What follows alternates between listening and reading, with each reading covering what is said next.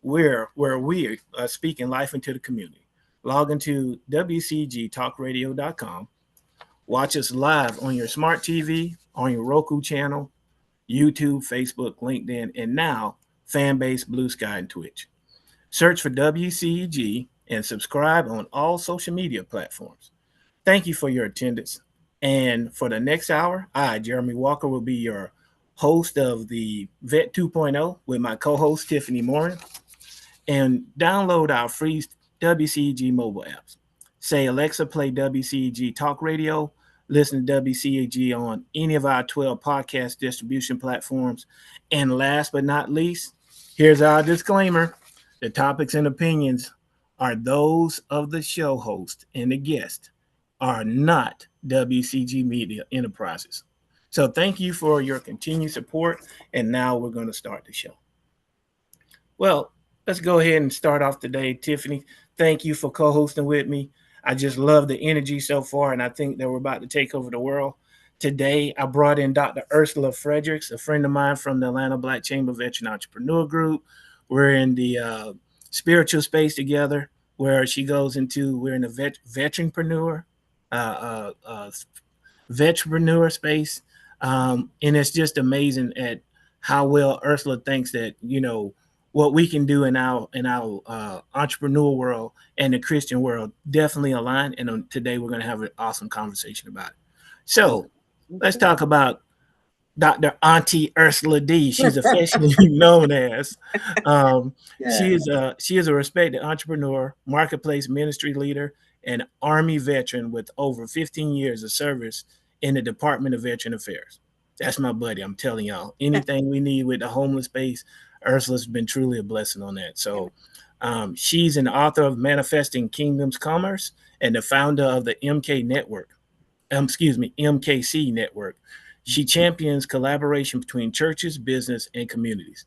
As a chief strategist and creative officer of the Inspired Lifestyle Arts and Entertainment Alliance, the ILAEA, Ursula empowers urban-inspired artists to grow as entrepreneurs, supported by ventures like the iCulture Radio, iCulture Magazine, the UGA International Community Improvement Corporation. She also owns AEIMM Management and Consulting Group, LLC, specializing in federal contracting, business development, and consulting. Ursula serves as the chairman and a co-founder of the Embassy International Chamber of Commerce, the EICC, and leads the EICC network, fostering faith-driven entrepreneurship in Black churches worldwide. She works closely with Pastor Canton Jones at Free Life Experience Church and recently received an honorary doctorate in Christian humanities for nearly 25 years of service. Ooh, that's amazing. Her vision is to revolutionize the urban faith-driven industry, delivering Christ-centered, positive, and empowering messages that transform individuals, families, and our communities. Wow. Thank you, Ursula, man. You know what? Just reading that, I want to cry. I just want to tell you. I'm up here like, lovely to meet you, Dr. Lovely to meet you. Without further ado, I want to introduce you to my pal, and let's go ahead and get this party started. Yeah. Hey, tell us a little bit about yourself. Wow. Start with your military career, where you're from. Yeah, sure. And then a little bit about the transition space for you. You know, I very early on, one of the reasons why I ended up joining the military is because I had this spirit running through me. And of course, I didn't realize it until later. That was very entrepreneurial, very, driven. And so in my youth, I think I was maybe around 2021, I had been on welfare, just to be completely transparent. And it started to really wear on me when I realized that system was really designed only to keep you dependent on it.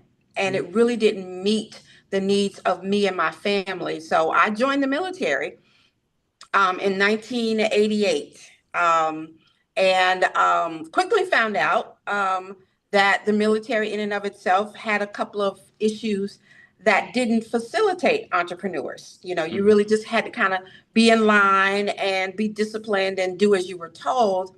And that's well and good, because I got a lot of great, you know, traits from being a soldier, discipline and all that kind of great stuff. But it really didn't kind of work with my free kind of spirit and just wanting to, you know, do what I wanted to do and not have to be told what to do or given permission of what to do. So after about 8 years, I did leave the military service. In 2003, I moved here from my hometown because God said, I need you to go. And I didn't really understand why, but he had a work for me to do here in the Atlanta market. So where are you from, Ursula? You said from originally, I am from St. Petersburg, Florida. Oops, my lighting just went out. I hope that's okay. I'm originally from St. Petersburg, Florida. So that year, I just went through a lot of turmoil. The year of 2003, and I moved to Atlanta because God said, go, I have a work for you to do in that area. And I was obedient. I eventually started the organization. ILEA is Inspired Lifestyle Arts and Entertainment Alliance, because God said, tell my children I want my stuff back. I've given them gifts, talents, ingenuity, to prosper them, but they're allowing the enemy to pimp them away from me and taking the community with them. And so I got involved with arts and entertainment. Shortly after that, because at that point I was a member at New Birth Missionary Baptist Church, we started our own faith-based Chamber of Commerce, a 501c6. And then that really kind of helped me develop my entrepreneurial chops. And then being able to channel that through the arts and entertainment industry. Because what I realized about entertainers and creatives is they love the creative process, but a lot of times they don't know how to transition that to actual business. And so being aligned with Pastor Canton, who is, you know, in and of itself, a very progressive and thoughtful. He's very innovative. Yes. Very innovative leader, really kind of, again, helped me kind of, we did conferences together. We developed a school for youth. It was just so many different things that we were able to do together, him being creative and me being entrepreneurial. And so when we got to about 2019, I became the president of the alliance. Excuse me, I became the president of the chamber. And so in that, it allowed me to then be able to be the decision maker. So from that, I started the EICC Network, which is a license model for churches to be able to allow us to come in, share our model with them, and then allow them to be able to develop their own chambers of commerce. Wow. And so now we're looking at the Department of Veteran Affairs has a entity that's called Faith-Based Center for Faith-Based Neighborhoods and Partnerships. And so with that entity, they allow churches, they actually give you a template for how to start a veterans ministry. And that's something that's near and dear to my heart, being a veteran and understanding all of the many services that churches can facilitate for veterans to get some of the services that they need, or healthcare, or, you know, their how to utilize their benefits to own a home, mental health, suicide prevention, you name it. Just even being able to connect to our organization, Jeremy, with the Atlanta Black Chambers, and how to be an entrepreneur. So yeah, I'm just super excited to be used of the Lord in this way. And I think there are a lot of untapped resources, possibilities with aligning church and entrepreneurship, especially, I hope you don't mind me saying, for the Black community. Yeah. No, hey, we're here having an honest conversation. And again, this is what this platform is for. Amen. I got a question. Go ahead, Tiffany. Yes. Dr. Anthony, who is Pastor Canton? Is Pastor Canton who you're doing the EICC with, or? No. So Pastor Ken is a local pastor. He's here in Atlanta. He started out as a gospel artist. He originally was with Pastor Creflo Dollar and the World Changers Ministries. And at his start, they had a Christian record label, and he was signed to that label. Probably about 10 years after, his gospel career started, he created a church. It's called Free Life Experience. Mm-hmm. He wanted to minister to young men, especially in the hip hop culture between the ages of 13 to 30, because he said that was when Jesus really developed his own ministry. And a lot of times you see our young men, Black men, kind of leave the church after the period where they're 13 and older because mom doesn't make them go anymore. But then they come back, because life has beat them up. So he was ministering to those young men in that age group with hip hop formatted church and music. And so, yeah, that's Pastor Canton Jones. So you know how it is, Ursula. When we get out the house and you start smelling yourself and yes, all that stuff. Absolutely. And, I'm from South Carolina, SOUF. So now I'm fresh off the porch. So without the military having that discipline and so off, we get out in the world and go buck wild, and that's the problem. Yes. We're not guided, and unfortunately, in our space, a lot of us are fatherless. Mm-hmm. That's one of the first things I dealt with when I retired. Was I took over as an AU basketball coach, and then all of a sudden it was like everybody on my team was literally single moms, and then all of a sudden it was just like they needed somebody to turn around and help them, but they were already first-time youth offenders. So it was kind of like using sports to turn around and make a recovery program, but most of them didn't even go to church. Yeah, and we recognize that. And so, although our primary target were the young Black males 13 to 30, we understood that when we attracted them, they came with their moms, they came with their girlfriends, they came with their kids, those support family members and grandparents. So it still ministered to the entire family, but we recognize that a lot of times when a young man comes into the church and he's, wearing his hat to the back, his pants sagging, or he got dreadlocks, or he may smell like he got a little weed, that they were turned around, or they didn't feel welcome. And we wanted to really kind of extend open arms to those young men, and then really kind of say to, church members and regular, folks, that these men of God can be just as holy as you are. You can't judge a book by its cover. You got to give them an opportunity to come in as they are, and then, allow the Holy Spirit to really kind of develop them. Dr. Auntie, because 13 to 30 is such a critical time. Yes. It's also a time where I think this is your market where you're going to catch those young men and women, young people coming out of the military during that transitioning time. People who retire like us, retired, but some people do come out of the military needing that mental health, that VA support, that absolutely. I even speak VA, and I didn't, maybe I didn't deploy, but there's so many benefits and so many things that I feel like you're able to provide to them. Absolutely. Based on what you're saying, how are you capturing young people? How are you capturing them?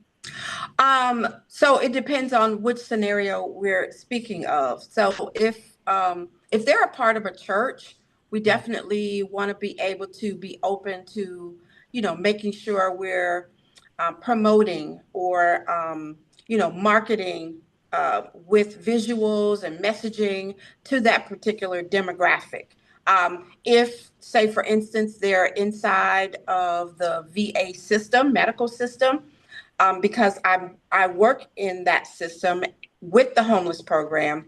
A lot of times I do weekly presentations, and I'm saying to the folks in attendance, whether they be, 20 something or 60 something, I'm saying to them, hey, we have resources as it relates to entrepreneurial resources, free resources that you can take advantage of. And so I have them sign up with me, and then I send them information, and I keep in contact with them if they should need, any type of consulting or advisement, relative to their business. And of course, because they are tied to the medical community, we do make sure that they're getting all of their resources and benefits. Wonderful. Thank you. Thank you. Absolutely. Yes, Now, ma'am. Ursula, one of the most beautiful things about you and I, and everybody, I want the whole audience to feel, Yes. is our relationship started at the Atlanta Black Chamber Veteran Entrepreneur Group, right? Correct. But then outside of the Veteran Entrepreneur Group, because that's a whole nother conversation in itself. Right. But you work for the VA, I for the do. homeless veteran program, right? Yes. So how did you get to that point? And tell us a little bit about that. That is a wonderful question. Thank you for asking me that. So my journey to becoming a employee with the Department of Veteran Affairs was kind of a tumultuous one. I actually found myself as a homeless veteran after I lost my home during that 2008-2009 housing bubble, living paycheck to paycheck. I lost my home, and after about 15 months of that process in church, and at the time my church had a veteran ministry, and I went to no, it wasn't that I went to it. I think they made an announcement during service that morning, and it mentioned the HUD-VASH program, which is where I'm a part of now. And if you're a homeless veteran. So I went to the ministry leader, I got all the information, and I was able to then start the process for getting housing. And so I ended up being in the HUD-VASH program for about 2.5 years. But after my first year, because President Obama was president at the time, he had started a program that they wanted to eradicate homelessness among the veteran population. So they started this nationwide project called Homeless Veteran Supported Employment. And they wanted to hire peer mentors, those individuals that had come through the process successfully and then been able to kind of showcase the fact that, hey, you can do this too. So I got hired on a year after I successfully came out of homelessness, and I've been here ever since. Wow. Yeah. And just so you guys know, Ursula and I, we as a service officer for the American Legion, I deal with homeless veterans almost every other day.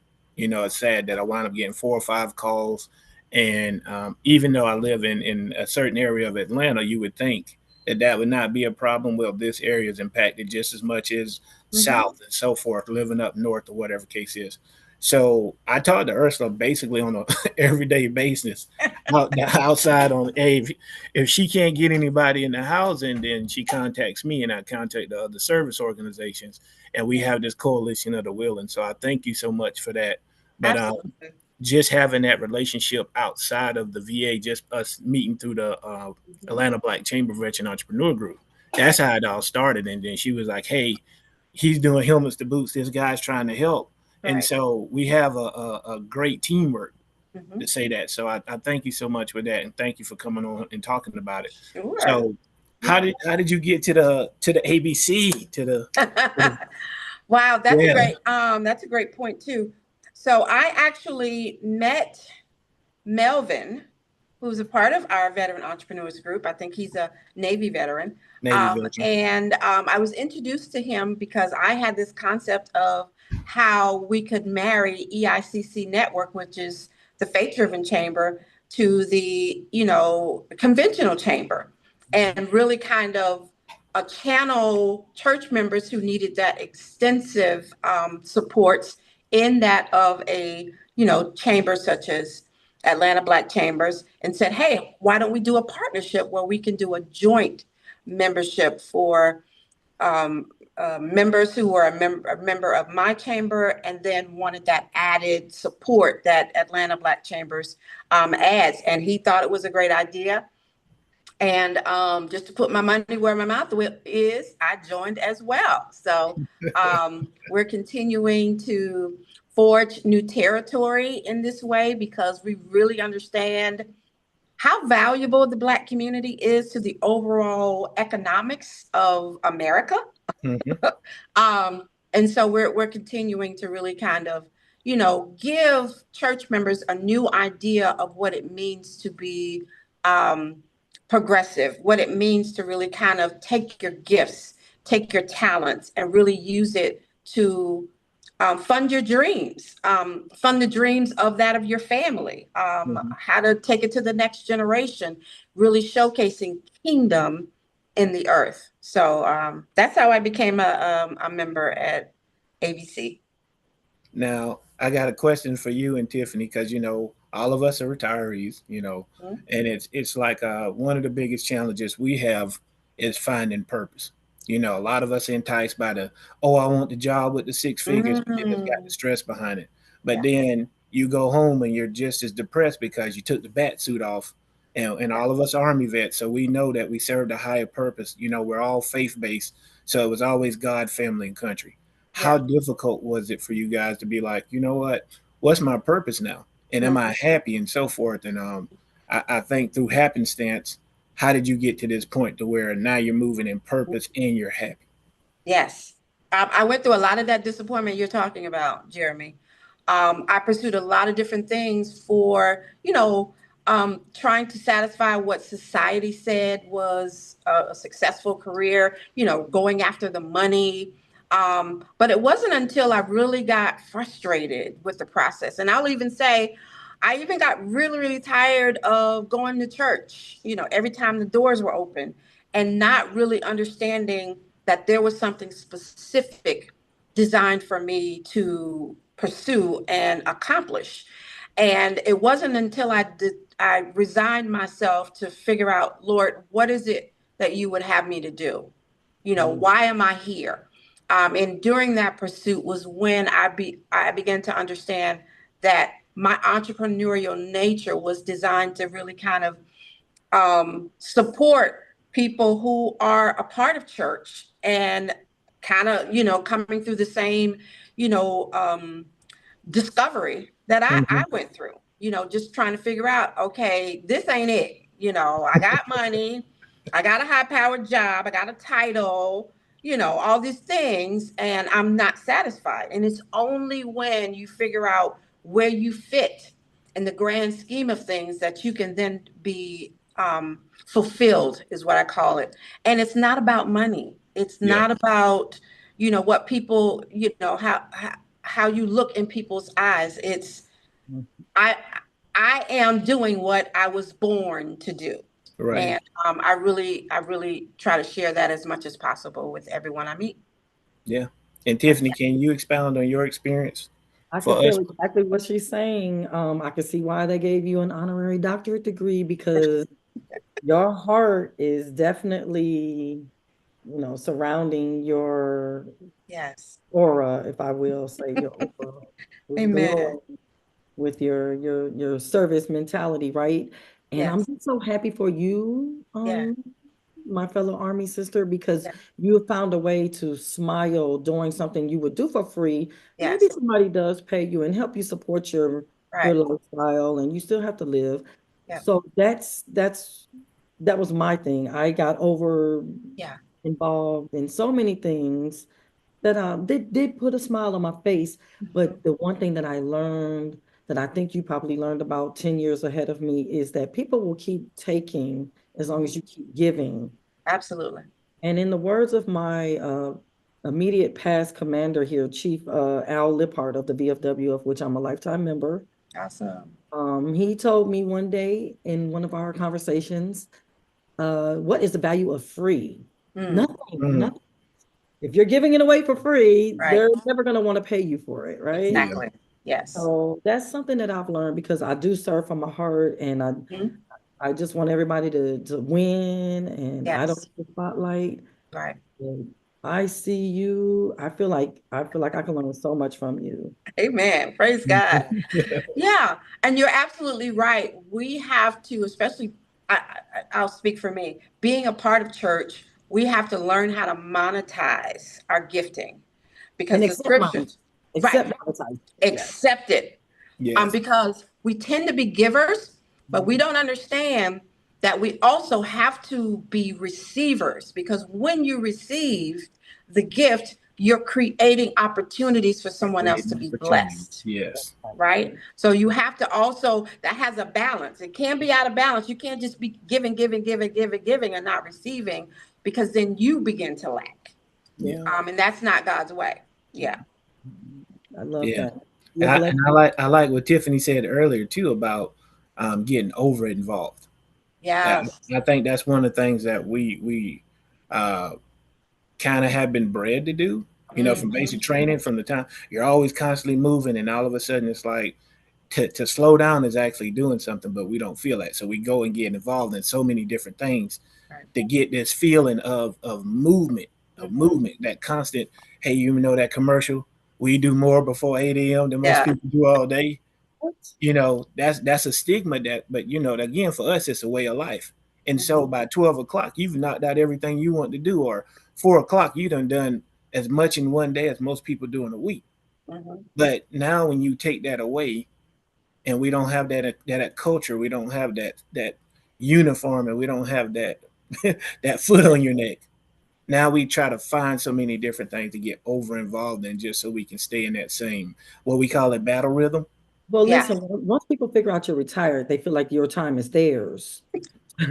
So, you know, I regret telling people I was retired, because I'm on 6 boards, you know, giving so much volunteer hours every week, which it was a lovely, lovely thing. I swear I love to volunteer. I love giving, but you also have to remember God rested. So resting is godly. Yes. Oh, sister. So I'm in my resting stage. So let me tell you how powerful that is. Pastor Canton actually taught me this lesson one time about Sabbath. You know, you have people in, you know, denominations. Well, is the Sabbath on a Saturday? Is it on a Sunday? Sabbath is when God needs you to sit yourself down somewhere and, you know, allow him the space to do the other work. Because a lot of times we're not realizing that God has a piece of this and you have a piece of this. And when you've done your part, then sit down, let him do the rest, and take your Sabbath. So I'm so glad you said that. And really just realizing too, I think a thing I had to learn personally was not taking on more than I'm assigned. Yeah. Because again, I'm a giver, and I love, like you, Tiffany, I love to volunteer and just pour. You know, God had to fix me and say, no, I need you to be aligned. Because as you read in my bio, I can do a lot of things, right? But I had to start narrowing my focus and making sure my time and my talents and my treasure were being deposited in the way that I'm purposed. And so that's another thing I would advise people to just make sure that if it comes to you and you can check off whether or not it's aligned, great. But if it's not, no with a period, which is a complete sentence. Period. Well, I'm about to brag on you, Ursula, just so you know, right? And I'm gonna move to the side for 2 seconds so y'all can see this whole thing. Oh, wow. Yeah. So Dr. Ursula actually helped me design my logo and my website. And when I tell you, just in her spirit, when I first met Ursula, I was like, she was so open. Hey, she was approachable. You could tell there was something godly about her. She's always nice and want to be helpful, right? So when we do business now, especially in the entrepreneur space, in the veteran entrepreneur space, we're used to operating so much from the military, like, oh, I can tell somebody to do this. And I can. No, on the other side, now we have to earn it. And I want to just say, man, thank you so much for being who you are, because she was so approachable. I just started talking. I'm like, I'm frustrated. I got this vision. I'm ready to go. But I got this idea and I want to put it out here. And she helped walk through my ideal, and she helped me build my logo. And all I had to do was open the door, and he did the rest. He just started running. Yeah. So I think that camaraderie, not just because she was an Army veteran, you know what I mean, honestly, just because of who we are. And looking at that now in our journey, because most people say, well, you're retired, or let's just go to the younger veterans now. We're looking at male-female dynamic. MST is becoming huge in the veteran space. So, prior to a certain time, the military used to be a meat market. And women didn't have a right to say anything like this, or you had to accept certain things. And so from that standpoint, I was just like, I've always been the type person as a leader, you have to look at everybody as a whole, look at them as God look at you. And she displayed that. And I was just like, wow, it made me so easy to talk to Ursula, but I don't talk to a lot of people. I'm just going to be real with y'all, because I also see that in us moving in our purpose and in our vision, there's people who try to align to that, the devil will send to you to try to slow that down. So how is that, one, again, thank you for my logo. It is what it is. And then two, again, talk to me a little bit about that journey for you as a female getting out of the military, or during the military, and then coming out of the military and seeing how the space is now. Yeah, it's still a little bit tough, I think with all that women can do, we still have the uphill battle of, it's a man's world. And so my approach to that is, I can show you better than I can tell you. I'm not going to necessarily kind of push my way through. That works for some women, not specifically me. I really, there's an adage, a biblical reference. I let the Lord fight my battles. Again, I do my part, and, I can rest in that. And then when the way is made, I know, if don't nobody else know, that it was God that did it for me. So I really, I've learned the art and power of submission first to Him. And then whatever, power structure or infrastructure I'm involved in, if God is leading me to, okay, I need you to submit to this process, this procedure, this system. I know it looks scary, but I'm going to go before you and make the way plain. So that's how I pretty much deal with that. And Tiffany, what about you? I'm caveating off of the trusting in the Lord process there. Yeah. I add a sprinkle of a little bit of a we do not care. I'm a part of that 92%, if you know what I'm talking about. Yes. Yeah. So I started in January of this year. Okay. Belonging to the We Do Not Care Club. I don't know. Love it. I love it. And I went into soft girl era. Okay. And I stepped away from about 5 of my boards, like I told you, in organizations. Oh yeah. My husband has really enjoyed having his wife. Seriously. Yes. Seriously. I can travel with him.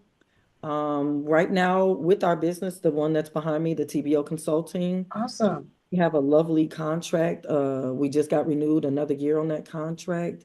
And it requires us to spend a lot of time in the entertainment world. Wonderful. And I am really enjoying being entertained instead of doing the entertaining. Okay. That's beautiful. Yeah. So that's beautiful. Absolutely. So lovely. Still paying my tithes in the way that I pay my tithes, which is through service and supporting my. Thank you for saying that. Thank you for saying that, because I think a lot of us, church folks, and I grew up in church, you need to be liberated from that guilt of, oh, you got to pay your tithes. Well, yeah. But a lot of times, and I think that's an Old Testament, and I'm not trying to get into theology. I think it's an Old Testament belief. You give in the way that God directs you to give, whether it's 10%, 40%, 80%, and to whatever He tells you to give it to. And I think for a lot of our churches, and again, I'm not angry at church. I just believe that there's a lot of things that need to change about the way that we do it. People feel so burdened with that, you got to give, you got to give, you got to give. Yeah, but He didn't necessarily say, I got to give it to you. So I was digressing, but yes. No, that's awesome. But guess what? Yes. I think we have it in the chat. Tithing is more than money. And it is. A lot of us have gone away from, the talents. And I think you hit that before. It's like, hey, God said, I gave you a talent, I give it back. today you have people who can sing with, well, I'm Mhm. from Carolina, so sing, but they rather sing an R&B song than to turn around and sing for God. You know what I'm saying? And I think me and Ursula, we was joking about this before, but all the greatest people of our time started in the church. Absolutely. They were Right. trained. Whitney Houston, Aretha Mhm. Franklin, the Ray church Charles. owned all of our greatest people for free. Right. Right. But it wasn't the fact that um, they got paid to do it.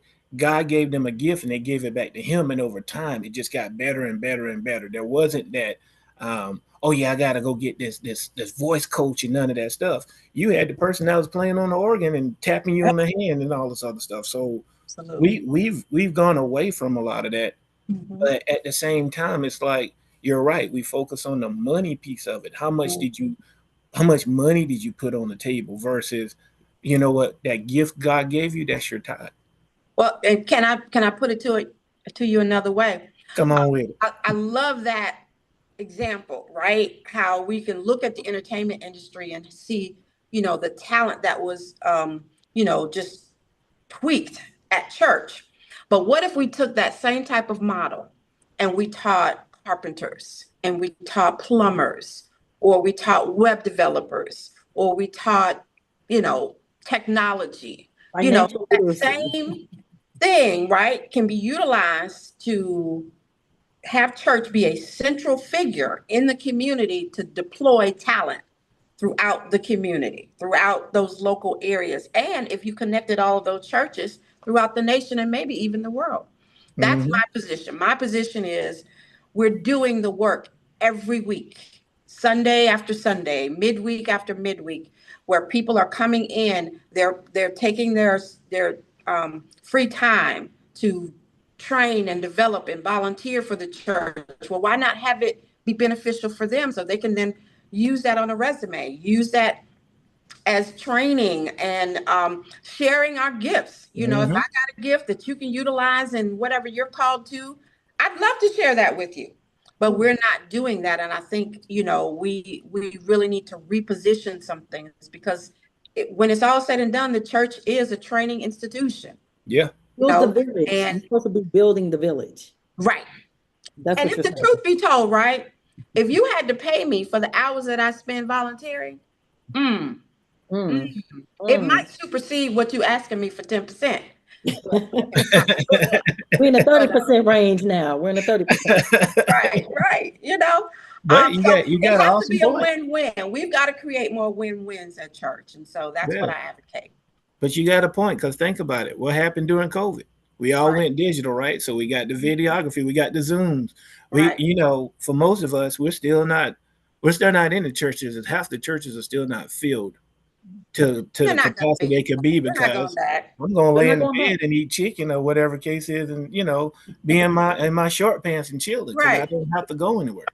Hello. So yeah, but to bring it back to the veteran space, because one of the things that got me was, part of my transition was going back into the church like heavy, you Right. know, trying to Mhm. find a new purpose, dealing with PTSD. I was able to talk to my pastor more about it than I was to talk to the VA, and Right. there was no judgment, there was understanding. Then hitting a divorce, you know what I'm saying? I hit a wall, and it was just like, hey, I can't find myself. All he kept saying was pray to God, pray to God. And I'm thinking like, man, I'm talking to you. Right. Like I'm asking God to use you to tell me what to go. He was like, you keep praying to God. But I was stepping and felt like I was failing forward. But I actually was, God was blessing me and removing those things that were not of him and Right. elevate me, right? Mm-hmm. So when we look at that aspect, for most of us, we don't talk about it. Sure. One thing about you is that you're very approachable. Me and Ursula talk for hours sometimes. Yeah. When she's in Atlanta, where she's in Florida or someplace else at the airport. So Right. having that connection, not just the spiritual connection, but just having Mhm. that connection. How is important? How important do you think that is to us, especially in the Right. veteran space, but then also in the church as well too? Yeah. So I do this weekly. And because I work at the VA, I do it daily, oftentimes with the various veterans that I meet. And it just goes back to something really simple that we all know. Mama used to say, you get more flies with honey than you do with vinegar. I love people. I tend to just love on them, and they feel that, and I think, if we just use a little compassion when we're dealing with people, their guards come down.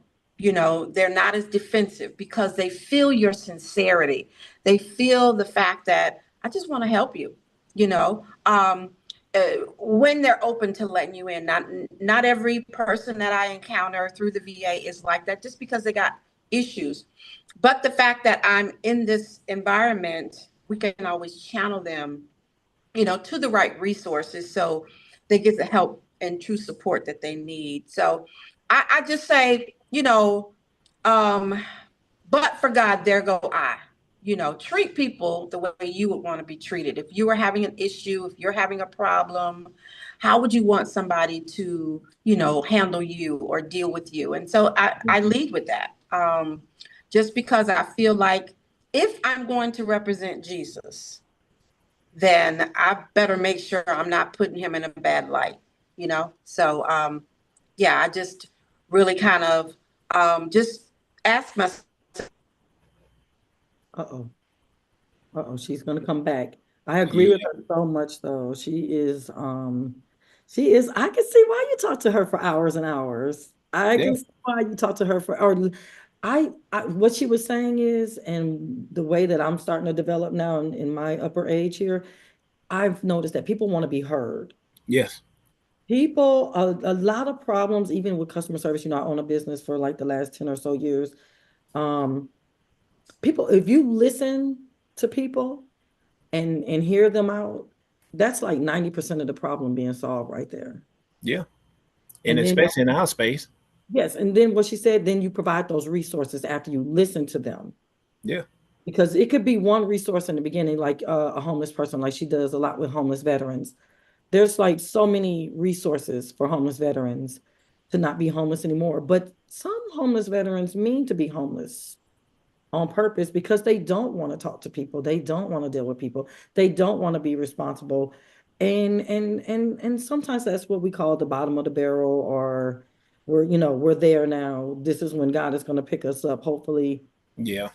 And I feel like Dr. Auntie's going to come in and help her. I think our producer is trying to get our guest back on the line. Yeah. I just sent her a text. But other than that, one of the biggest challenges that I have, and that's kind of where I started Helmets to Boots.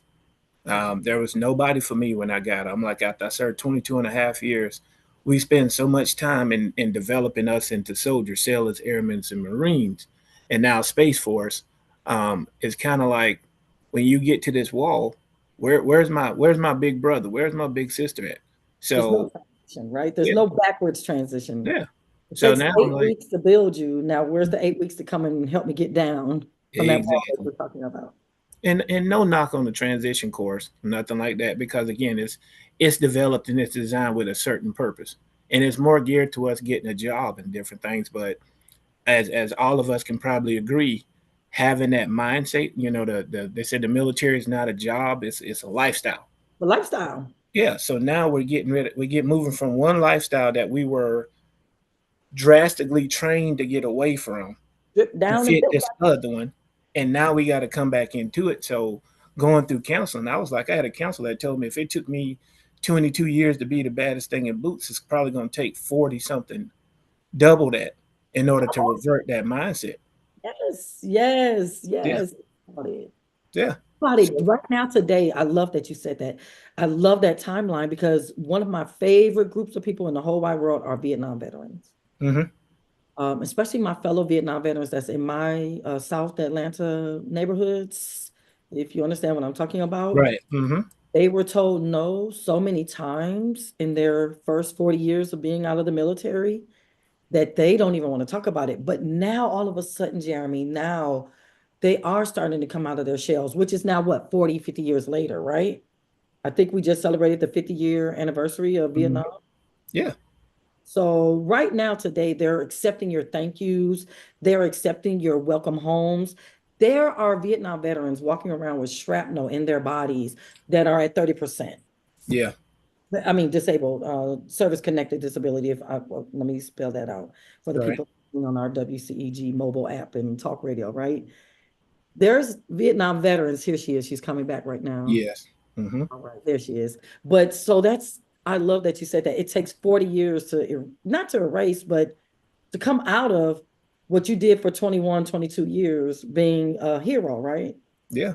Oh, so super. Well, you said it perfectly. It's not to erase. We have to be retrained. Yes. So the beautiful thing about a lot of us, and Ursula and I talk about this a lot of times because she does the mental health space as well, is it's not that we're being retrained, because here's the thing. If I asked you the 4 fundamentals of firing right now, we all know it. That was put in your forehead that, aim, trigger, squeeze, breathe in steady position. You knew that because it kept you alive, right?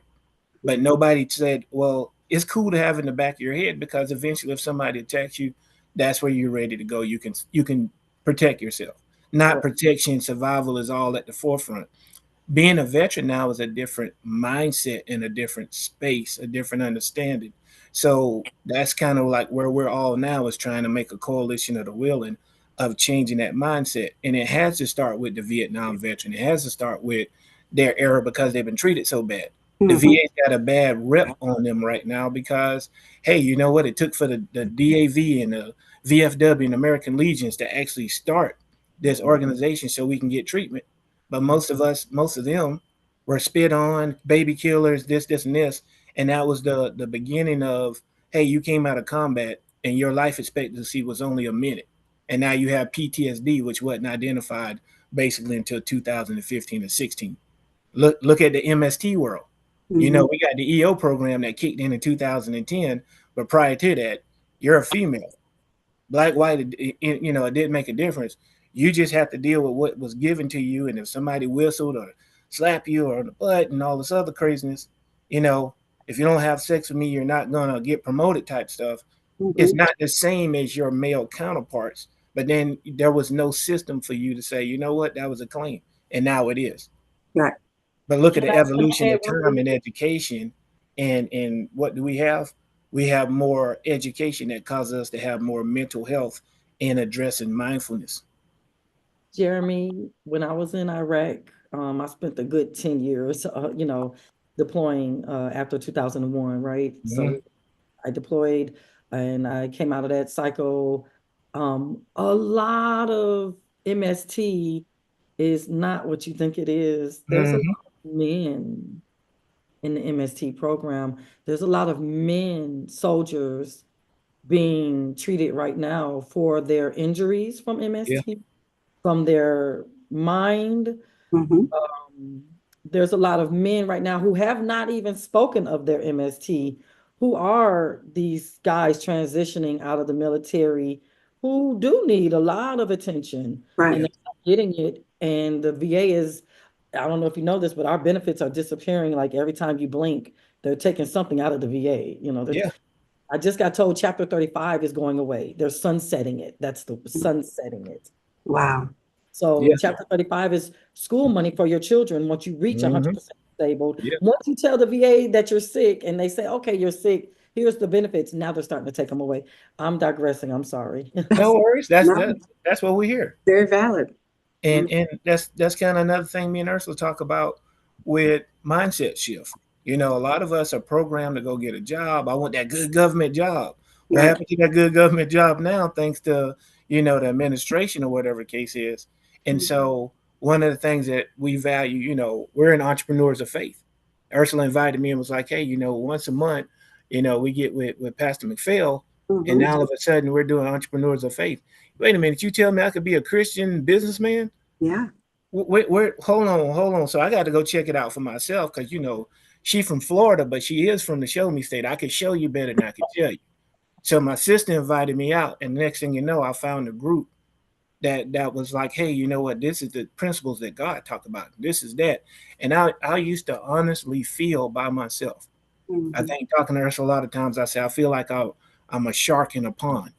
As that's a great analogy. The military made us these beasts. We move fast. We're constantly on the go. But then all of a sudden, as soon as you come out, you don't fit well with everybody else, and you got to slow down. I can't slow down because I wasn't designed or programmed that way. But now going to the entrepreneurs of faith and talking to her and seeing that there are people that God turned around and made leaders.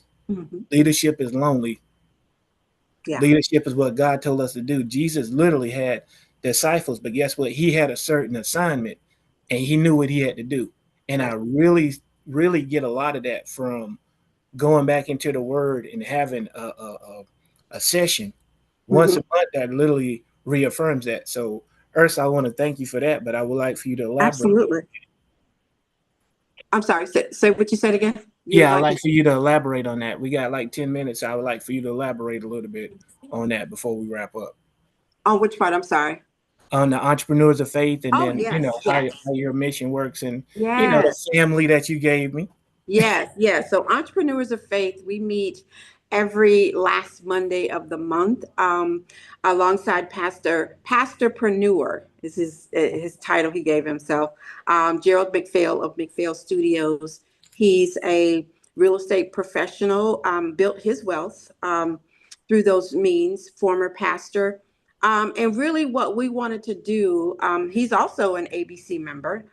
What we wanted to do was really create a platform and a place for entrepreneurs who lead with their faith to come together and have regular sessions on, discussing, different challenges you may have in building or starting your business, discussing how we can support each other, discussing how to create generational wealth with like-minded individuals. And so we've been doing this, a little over a year now here in Atlanta.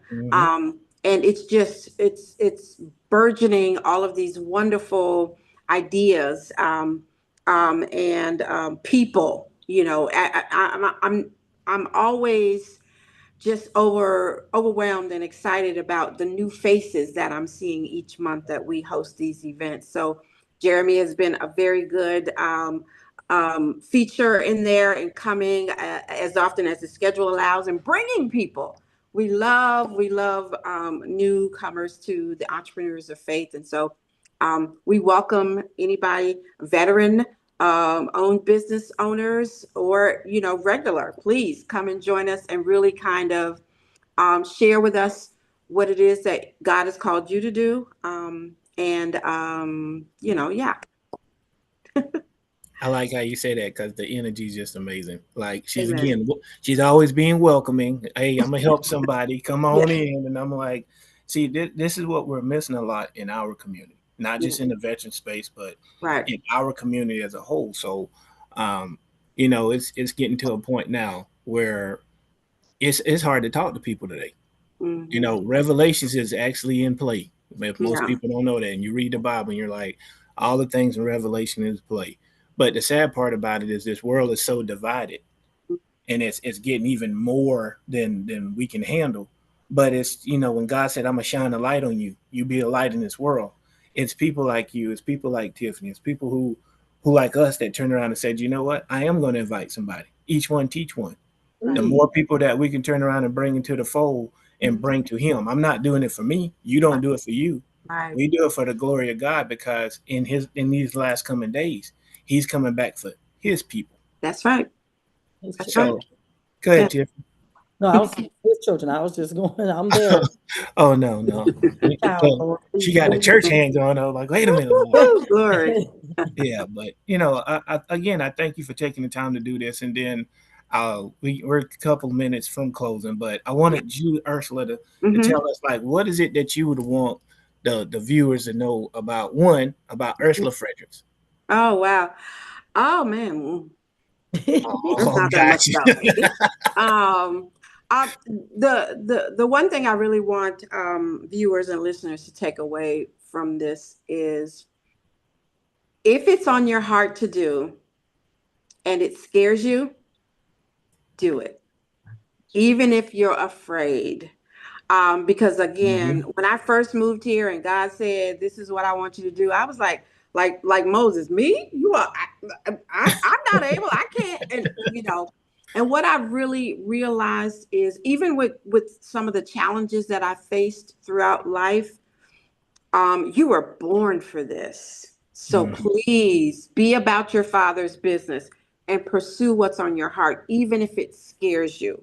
And Jeremy, I don't know if you'd be willing to admit some of the things that you've got to come through that was scary. But I'm positive that there were things that you were apprehensive about, but you didn't let it stop you. And so that's what I would say. I am basically, when you look at me, or you look at any of my accomplishments, those were scary, scary things to have to come through. Yeah. But God made a way, and I trusted the process. Not always, there was a couple of times I had to repeat, going around the mountain, until I got it right. But just know that if I can do it, you can do it. I'm no different. God is no respecter of persons. He's not respecting me more than he would you. And so I would say, if you can look at my example and learn anything by which to then take that leap, please take the leap. Now, one thing I will say, because you're, oh man, Ursula's a silent assassin. Just so you guys know, I'm just gonna let you know she's in beast mode. But one thing that's truly beautiful about who you are is she's always about collaboration. Oh yeah, collaboration. And so, before we get off, I want to make sure you put your information in the chat so we can share it with everybody, listeners, viewers. But absolutely. tell them about your philosophy on collaboration. She has an awesome motto. Well, yeah, I definitely believe collaboration is king, right? Because like what we even used as a demonstration when Jeremy came and he was like, I got this idea, helmets to boots, and I really want to do this thing. And so he didn't necessarily have the skill sets to be able to produce the logo, get the website done. But I believe, like the word says, one can put 1,000 to flight, but 2, 10,000. Like I can do a whole lot of stuff on my own. But man, when I come together with Jeremy and I get on the phone, he'll call and he said, Ursula, I got this person, they're in need. What do you have? And I'll say, oh, I don't know, but let me go check. And then going to check, I'm tapping into yet another resource. And so we are able to get more done when we work together and we collaborate. Your gifts will make room for you and bring you before greatness. And oftentimes it's not intended for you to do it on your own. You've got to be able to connect with like-minded, like-spirited individuals that God will lead you to in order to make that thing happen. I believe we can change the world if we go together. Yeah. That's the African proverb. When you do it alone, you go faster. When you do it together, you go further. Absolutely. Yes. Absolutely. And she's it's the so first simple, person. we make it hard. She's the first person I've ever heard say not networking, net weaving. Yes. Okay. Net weaving. Your network is we meet people every day. Right. Net weaving is when you make the collaborations in order to move forward together and so forth. And I was like, I love that. So we're down to 2 minutes, Ursula. So I need you to give us a shout out on where we can find you. And okay. So on just about every social media platform, I'm Dr. Ursula Frederick-Brown or Ursula Frederick-Brown. I have so many social media channels. I'm on Facebook, Instagram, TikTok, LinkedIn, Twitter, YouTube. Just put in my name, Dr. Ursula D. Frederick-Brown, and I have created the banner, Dr. Auntie Urs D, because at this point I feel like I'm your auntie and I can tell you a few things, but I promise you it won't hurt. So yes, thank you so much for this opportunity, Jeremy, Tina, and the gang. I just appreciate being able to share. Thank you. Yeah. And thanks for taking the time out of your busy schedule. Like I said, she's always on the go. So we're down to our last minute. Tiffany, you got any closing remarks for our viewers? I'm just gonna follow Dr. Ursula's guidance. Do it afraid, because we did so much of starting and even going to the military. Right. We did that afraid, didn't we? Yes, absolutely. So great example. And that's how I'm gonna close it out. We all, especially in the veteran space, we all joined the military. We did something. We became something totally different than where we were come from, and we allowed ourselves to be molded to whether you did 4 years, whatever the time may be, but you allow God use you then, and now let Him use you on. So this wraps up the show for this week. Thank you, ladies, for an amazing time, and I look forward to helping you out in the future. So, yeah. Cool. God bless you. Cool. Right. Y'all have a good one. She said, "Who?" Only Army people. That's what I'm talking about. Yeah. No, we. Yeah. So. Bye, everybody.